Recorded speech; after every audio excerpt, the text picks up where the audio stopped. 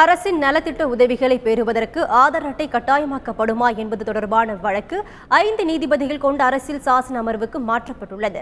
இது தொடர்பான கூடுதல் விவரங்களை தருகிறார் எமது டெல்லி செய்தியாளர் அரவிந்த். சொல்லுங்க, ஆதார் அட்டை தொடர்பான இந்த வழக்கில் உச்சநீதிமன்றம் பிறப்பித்துள்ள உத்தரவு குறித்து விரிவா சொல்லுங்க அரவிந்த். ஆதார் அட்டையை கட்டாயப்படுத்தக்கூடாது என்ற உச்சநீதிமன்றத்தின் முந்தைய இடைக்கால உத்தரவை மாற்ற கோரி குஜராத், மகாராஷ்டிரா, ராஜஸ்தான், ஹரியானா உள்ளிட்ட 4 மாநிலங்களும் அதே போல RBI, செபி, UIDAI, ட்ராய் உள்ளிட்ட அரசு அமைப்புகளும் உச்சநீதிமன்றத்தில் ஒரு மேல்முறையீட்டு மனுவை தாக்கல் செய்திருந்தனர்.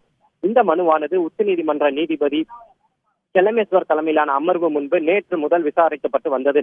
நேற்றைய விசாரணையின் போது மத்திய அரசு சார்பில் ஆஜரான மூத்த வழக்கறிஞர் முகுல் ரோஹத்கி இந்த ஆதார் அட்டையை கட்டாயப்படுத்தக்கூடாது என்ற உச்சநீதிமன்றத்தின் முந்தைய இடைக்கால உத்தரவினால் எங்களால் ஏழைகளுக்கு எந்தவித நலத்திட்ட உதவிகளையும் சலுகைகளையும் எடுத்து செல்ல முடியவில்லை என்று தன்னுடைய வாதத்தை முன்வைத்தார். இதை கேட்ட நீதிபதிகள், முதலில் ஆதார் திட்டத்திற்காக நீங்கள் மக்களிடமிருந்து பெற்றுள்ள தகவல்கள் மற்றும் அவர்களின் அங்கு அடையாளங்கள், ரகசியங்களை எவ்வாறு பாதுகாப்பாக வைத்துள்ளீர்கள் என்பதை முதலில் நீங்கள் நிரூபியுங்கள்.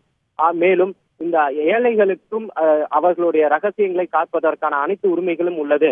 அவர்கள் ஏழை என்ற ஒரே காரணத்திற்காக நீங்கள் அவர்களுடைய தகவல்களையும் அவர்களுடைய அந்த ஒரு ரகசியங்களையும் நீங்கள் பாதுகாப்பாக வைக்காதது மிகவும் கண்டனத்துக்குரிய. எனவே முதல் நீங்கள் எவ்வாறு ரகசியமாக வைத்துள்ளீர்கள் என்பதை நிரூபித்து அதற்கு அடுத்து இதை குறித்து தெரிவிங்கள் என்று முன்வைத்தார்.